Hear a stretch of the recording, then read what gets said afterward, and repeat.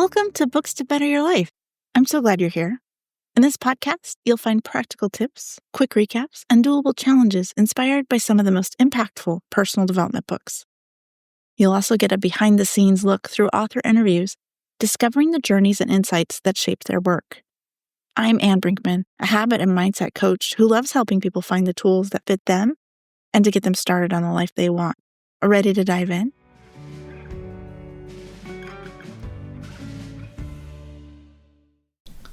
Today's guest is Dr. Maria Cristina Sheehan, the author of You're Not Too Old and It's Not Too Late. Defying the limits of age and wellness, Dr. Maria Cristina is a beacon of transformation and empowerment. As the founder of Sheehan Health and Wellness, Dr. Maria Cristina is a health educator, author, and speaker focused on changing how we think about aging. After 20 years as a college president, she shifted her career toward wellness and has inspired countless individuals to embrace strength, vitality, and lifelong growth. She's a featured expert on the TV series Aging and Awesome, and she's a competitive, natural bodybuilder since 2017, earning multiple international medals. Through her speaking, workshops, and her program, The Stability Solution, she encourages people to take charge of their health at any stage of life. I'm so happy to have you here today, Dr. Maria Cristina. Thanks for joining us. My pleasure to be here. So I have to admit, as I was reading this book and getting inspiration from your journey, I was really thinking about how this would be such a great gift for all my girlfriends who are, I'm hoping to spend a lot of time with in the rest of my life, and I'm wanting them to age well. And so I was really inspired by that idea of like, hey, can we all be on this journey of aging well and growing old gracefully, and that a vision I have for myself. No, I think that's great that you're bringing or hope to bring those who you love and you surround yourself with on a journey that will make you flourish through all the decades ahead. Yeah, that's what I'm hoping for.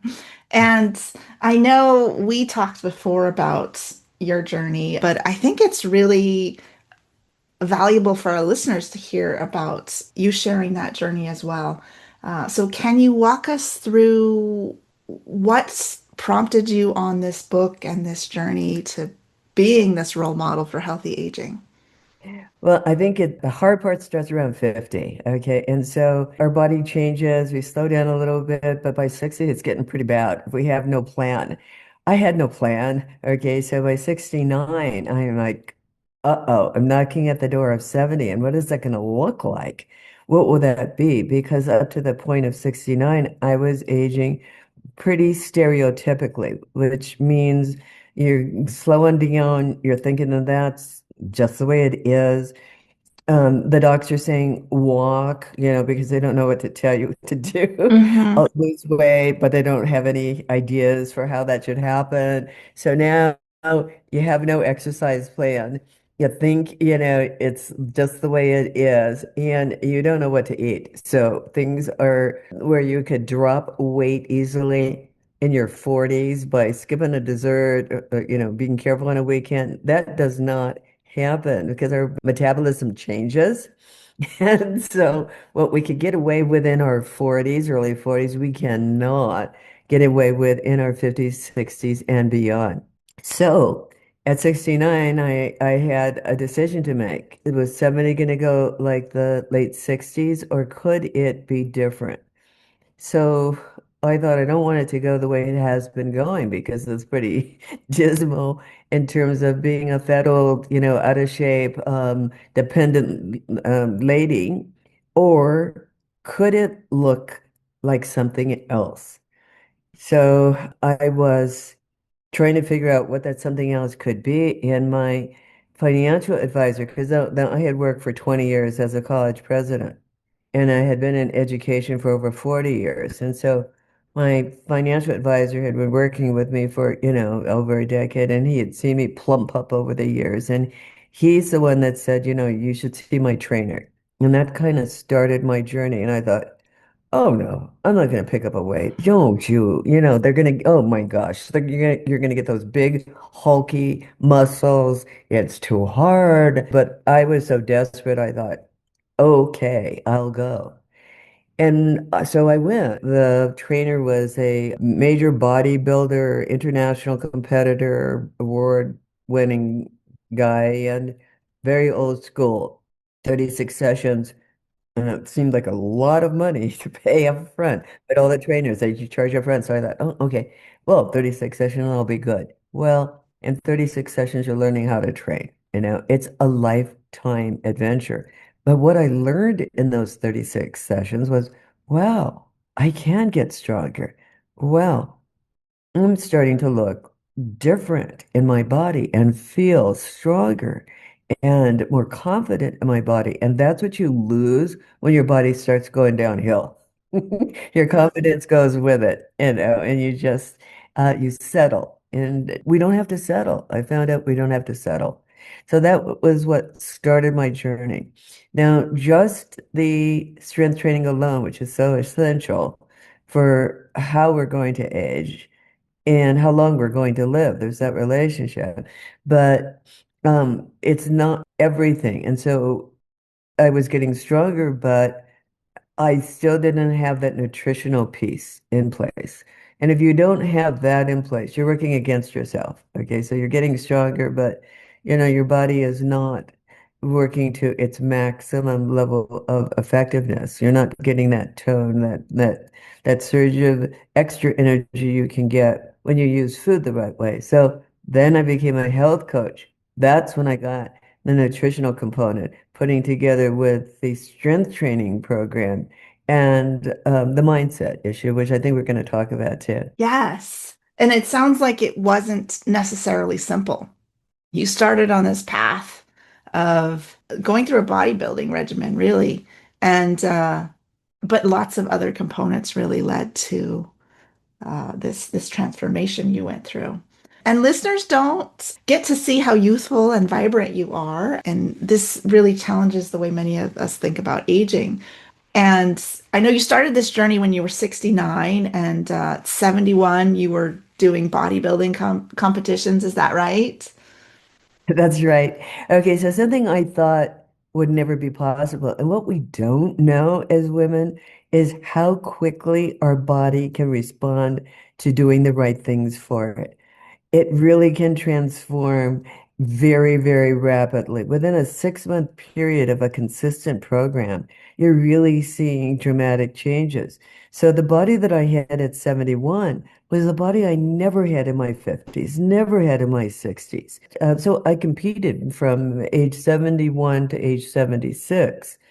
At age 76, I'm standing next to an 18-year-old competitor in a sparkling bikini, knowing that I have done everything for my body that's necessary for it to flourish to the degree I could stand there in my sparkly bikini and feel confident standing next to an 18-year-old.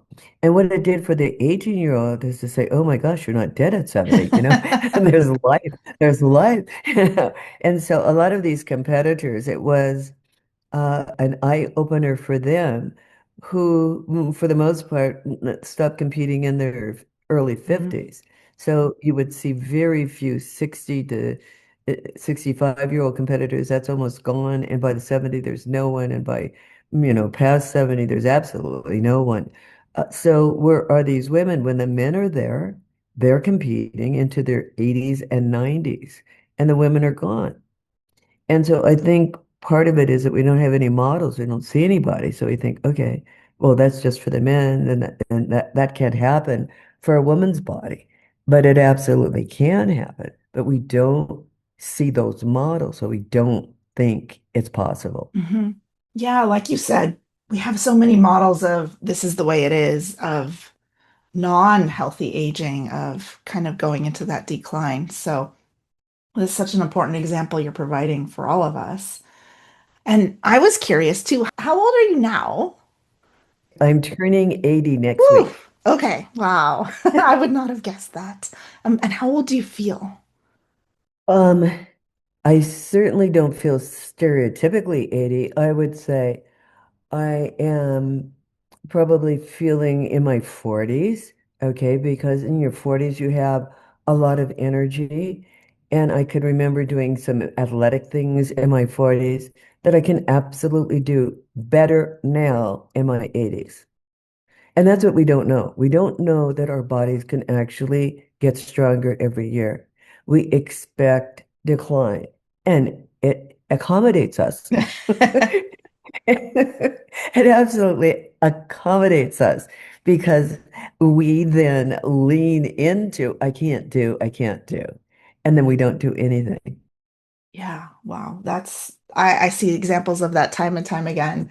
Um, and what I wonder with that is, I know as I'm approaching my 50s and many of my friends are around that age too, I think that word of old is starting to slip into conversations. And I wonder, I know in your book you talk about that idea of the words we use are so important. And I wonder, how do we balance out like the reality of things are different as we're aging? Maybe recovery is slower or other things. How do you balance out, or what examples do you have around balancing out the reality of the changes that are happening through aging and not falling into that trap of, I'm declining, this is how it is? Okay, so I would say the work of Ellen Langer, who is really a noted researcher. And let me see, she's not at Stanford, she's at Harvard. Okay, so for the past 40 years, she's been looking at how our brains affect our bodies and our health, how our brains affect how we're going to age. And she did this amazing study, the counterclockwise study, where she took people in their late 70s and 80s and she put them into a retreat, cloistered environment where she turned back time 20 years for them. So they were now reading, magazines, listening to music, watching the TV, and they had to converse with each other as if it was 20 years earlier. What she found at the end of it, now they're telling themselves, I'm in this time. The brains are going back in time when they were 20 years younger. They took before and after pictures. And after 1 week, there was actually a visible difference in the photographs before and after. They looked a little bit younger. But beyond that, their grip strength was better than it was prior to this week of intensive turning back their brains 20 years. So, in every measurement, grip strength, vision, hearing, on and on, it was all better. And so she has done 40 years of this experimentation of how our brains can determine how we're going to age. And so what we tell ourselves is critical because in the course of 1 day, we have something like 60,000 thoughts that flow through some researchers say it's um 30 to 60, but somewhere in there, 30 to 60 thoughts that go through our brains. Okay, so 90% of those thoughts are repetitive. 85% of those thoughts are negative. Okay, so can you imagine having 85% of I can't do it going through your brain? Oh, I'm old. Okay. Then your body is absolutely going to listen to that. It's counterintuitive. I'm getting older, yeah, but if you keep telling yourself that, it's going to progress faster. And so when I look at the super agers, those are the people that are over 85, over 95, over 100 or so. What is the commonality there? And they do not let people call them old. They do not think of themselves as old because that puts a ceiling on what you can do. I was just listening to this doctor and he's 105 years old. He was stepping on a plane. He was going to Australia and he was going to be doing some presentations. I'm thinking, oh my gosh, 105 years old. And why don't we all know that this is a possibility? If this is a model, and how many more models are there out there? And you have to really search to find these people. They are there. And, people with beautiful, women with beautiful bodies. One of the oldest bodybuilders, Ernestine Shepherd is her name. She's now 89 years old, ripped. Okay, the woman is in fabulous. She's 89. Okay, she started at 50 something into competition. She was the oldest competitor at the age of 80. Then she retired and now she lectures all over the world. She's 89. She has a fabulous body. Why don't we know that if we do these specific kinds of steps, that that's possible for every woman? Instead, it's this tiny minority, and it should be the majority. Yeah, yeah. And as you say that, it makes me think that our life expectancy has increased significantly in the last so many, I don't know, 50 years, right? But our vision of aging hasn't necessarily caught up with that. It hasn't. And the difficulty is we can determine when we're going to step off this planet, but the advancements, the medical advancements are able to keep us pumping alive, maybe longer than we would wish in a condition that is not favorable to ourselves. And so if we know that there are these advancements and we're probably going to live longer, why do we not want those years to be vibrant? Yeah, absolutely.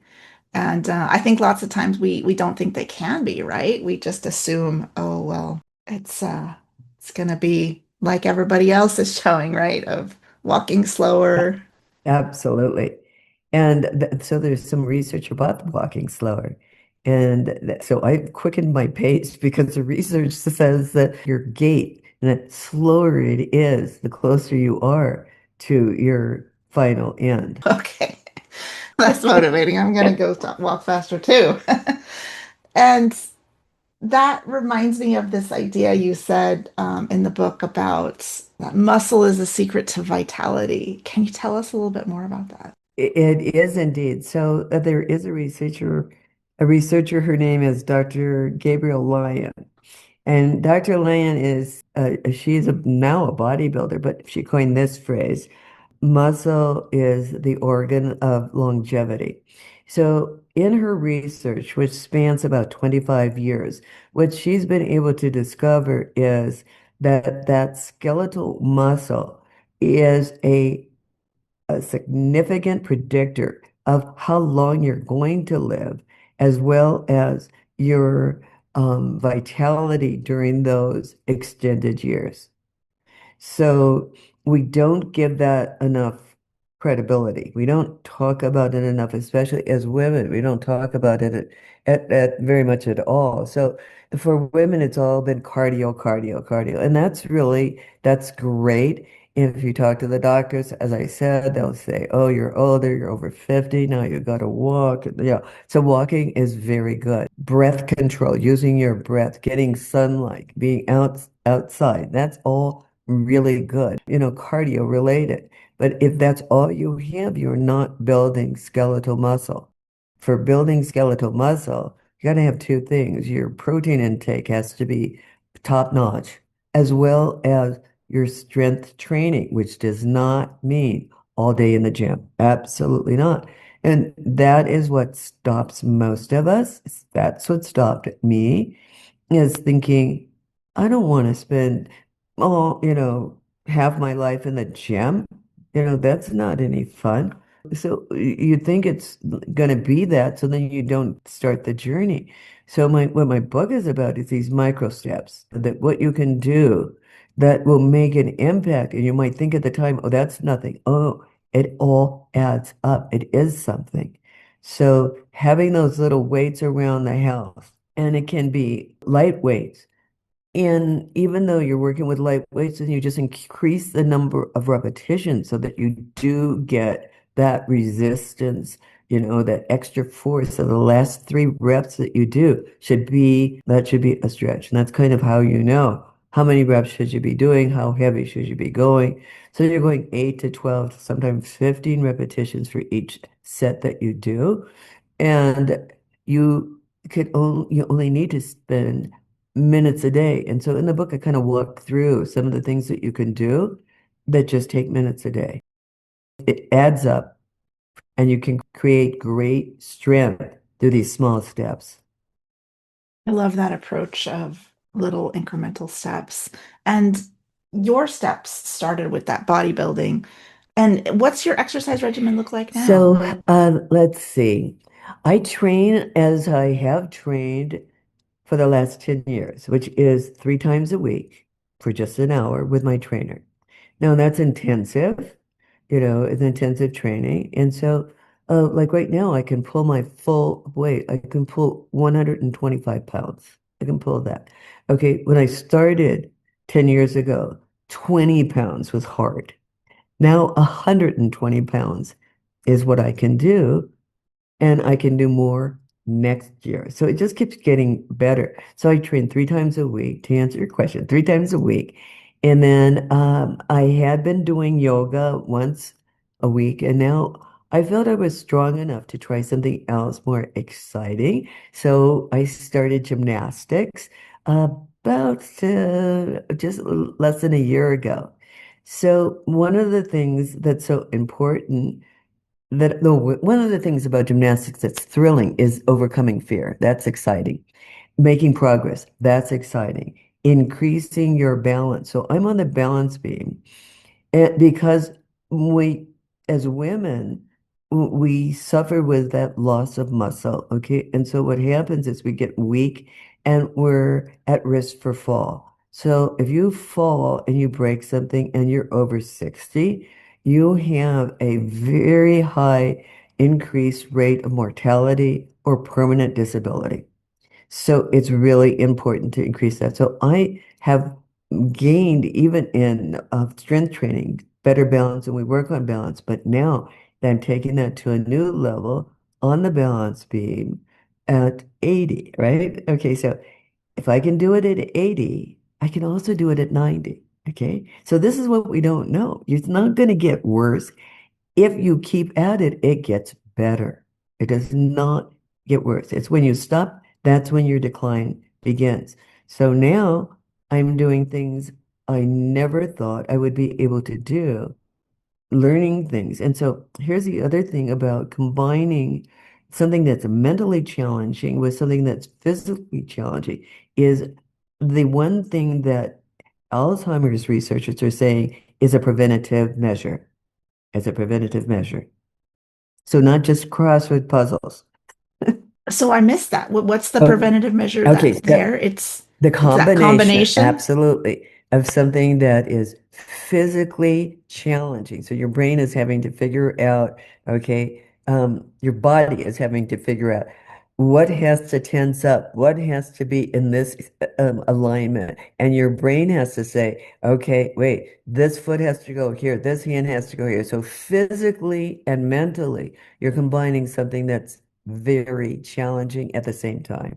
So that's why I picked gymnastics. Now you can they researchers talk about, oh, standing on one foot, counting backwards. Okay, so th there's other combinations of things you can do that will test both your brain functioning and be challenging for your brain functioning as well as what your body is doing. Wow. And I'll have to admit, I did not expect you to say doing gymnastics as part of your exercise regimen. That sounds like a really fun thing to be trying It out. it is indeed, and right now I'm hanging from a bar.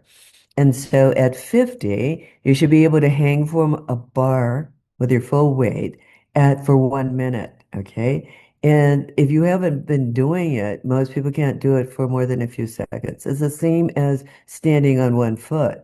If you haven't built a strong abdominal wall, you're not going to be able to do that.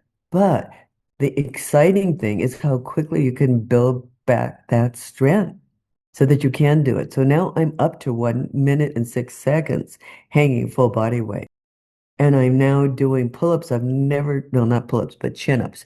And so I've never been able to do that. So now I know that what I am going to be able to do within my 80s will be my first full pull-up because I'm working toward it. And it's just these tiny little steps, just the consistency. And I wanted to ask you too, you've sort of teased about a couple of your accomplishments that you're really proud of here, but what's kind of the latest thing that you can do that you're really proud of? Oh, that's a good question. I think I'm most proud of staying on track. Okay, so here's the thing, we all fall off the wagon. Okay, even the most elite athletes.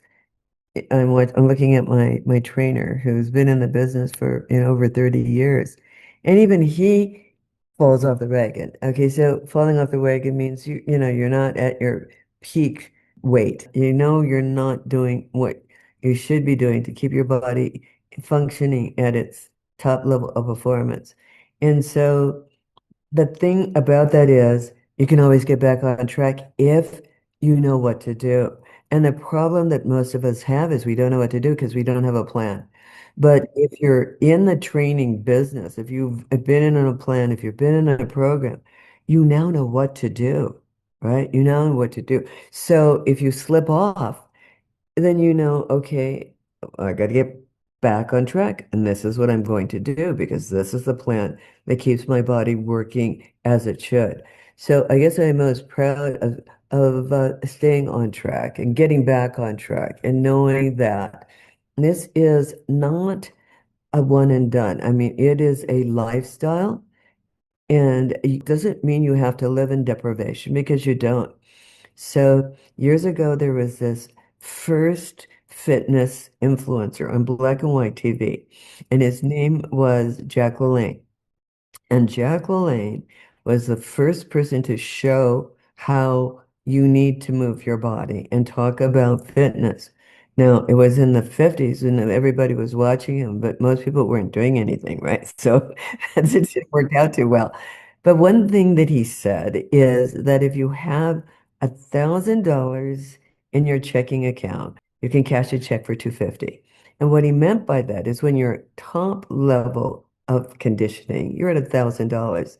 Now you can do a withdrawal, which means you can go off track. You can have that piece of cake. You can have that extra drink. And then you're going to get back on track again because you're already at that level of fitness that you know what to do. And taking that slight break for that special treat or two is not going to hurt you. It's when that special treat is every day or every other day. Now, that's not going to work because you're going to deplete your bank account. You're going to be left with Yeah, nothing. I'm thinking about the cake in my fridge right now as you say this. Yeah, and well, what comes to my mind is this idea of having time for all this. And I know when you started on this path at 69, you were retiring. And so I wonder, does retirement need to be part of this journey towards health? Do you think that shift would have been possible for you without that? Okay, so I know the answer to that is no, because when I started the journey, I was 6 months from retirement. And it was the busiest time of my whole career because I'm closing down 20 years being a college president. Okay, so there's just it's overwhelming how much you're trying to get done within that tiny space of time before you depart. And it was at that time I started my journey. So I know that you can do it at any point in time. Okay. And anything can be an excuse. I'm retired now, so I'm just going to relax. Oh, I'm too busy now because I'm working. I don't have time. Okay. So the reality is we all have time. I was working with a lady yesterday and she was bemoaning the fact that, she didn't think she had the time. I said, okay, let's take a look at I want you to take a look at how are you spending your time. Okay. And then she told me when I saw her the next time, and she said, oh, wow, I spent this much time chatting. I spent this much time scrolling. I spent this much time doing nothing. Okay. So we have the time to do whatever we want to do, even if it's nothing. Okay. So we can fit it in. And the book is about fitting it in very small increments, and that's what she's doing now. Okay, so she says, "Oh, I don't have to do it all at once." I said, "No, absolutely not." So she's figured out she's got 5 minutes early in the morning, and then she has another 5 minutes, and she picks that up before lunch, and then she's got another 5 minutes that she does early afternoon, and then when she gets home, she's got 20 minutes of working that's going to add up over time. She does that every single day. So now she's figured out, hey, I've got plenty of time. Fantastic, creating it where you didn't think it was there. That's awesome. And I wonder, knowing what you do now, what would you have done differently? If, oh, if I could talk to my younger self, I would have, I wouldn't have suffered with a body that I wasn't happy with. But I didn't have a plan. And so I would have said to myself, at 50, hey, watch out because it's going to get hard. So you better put the plan in place right now. And I could have had the body and the energy and the confidence, body confidence in my 50s and 60s if I had known, take a step early on. Take a step early on. So it becomes part of your lifestyle. And it has to be a lifestyle. So it's like brushing your teeth and combing your hair. You're going to do X in the morning. You're going to do, these wall push-ups after you brush your teeth. You're going to do squats as you're brushing your hair. And it just becomes that's what you do. You don't even think about it. You want it to be on automatic pilot. And it's called habit stacking. You've got one habit that you do. You add just another one that you want to use to maximize your level of fitness. And you just keep going along that path. Had I done that, I would be, it wouldn't have been a hill so hard. Okay. So it wouldn't have been so hard because I would have just been going. And you see people that are like Ernestine Shepherd. Okay. She started at 59. Okay. So then at 60, she was good. And at 70, she was good. And now at 89, she's good. So that's what I would have told myself is I could have been good too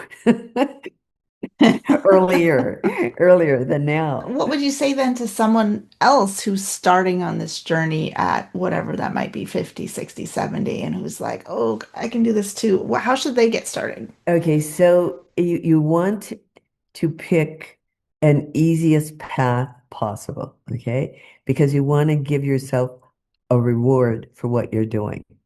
And what people tend to do when they decide they make a difference is jump in 100%.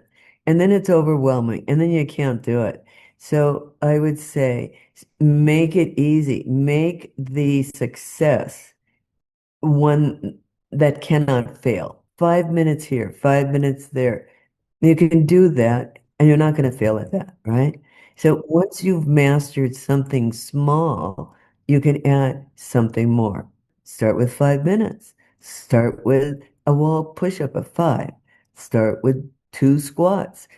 Okay, because then oh, well, I can do it. I can have success. And then you build on that. So I would say start easy. That's the physical part. That's your movement part. Now, if you don't put the nutrition to it, you're working against yourself. So where would you start there? Sugar. Okay. Sugar is in everything.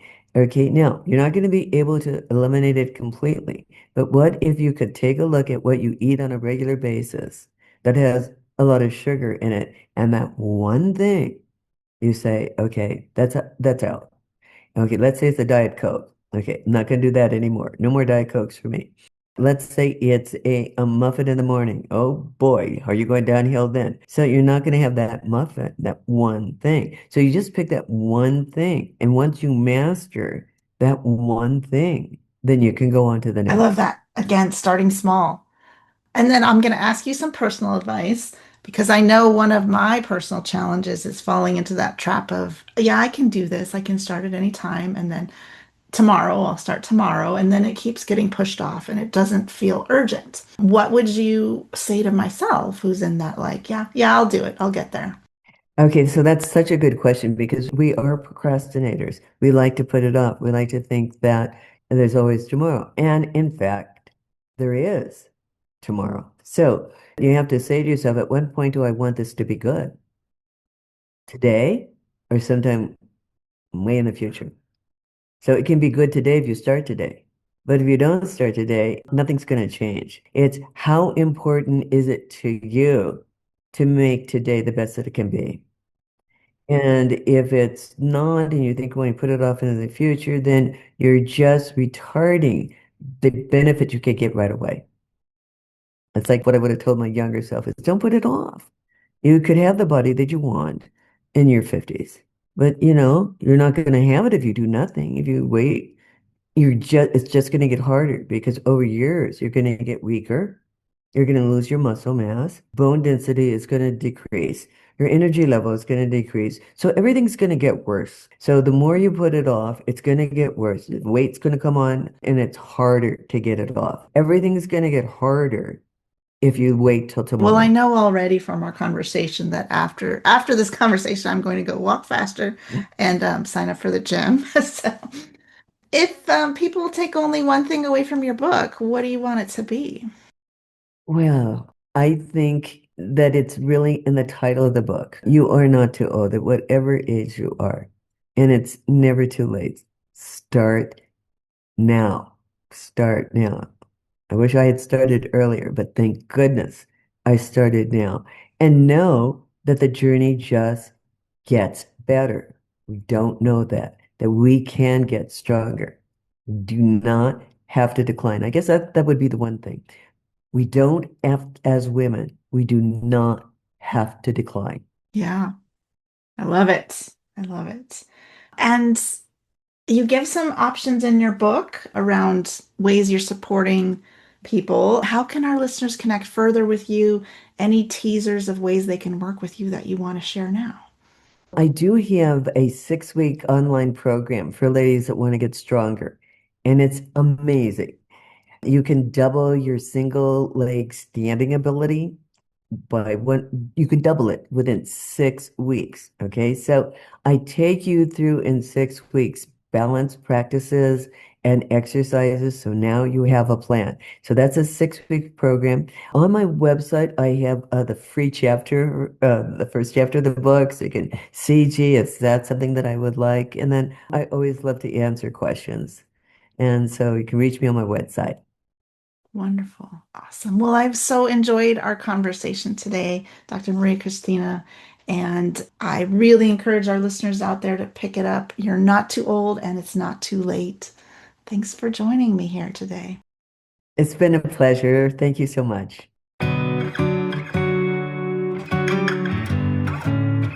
Thanks for listening to Books to Better Your Life. If you could use some support on your own personal growth journey, please reach out. I'm an ICF certified life coach, and I help my clients with habits, mindset, confidence, and making what they want happen. I'm Anne Brinkman, and you can find me at www.betteryour.life.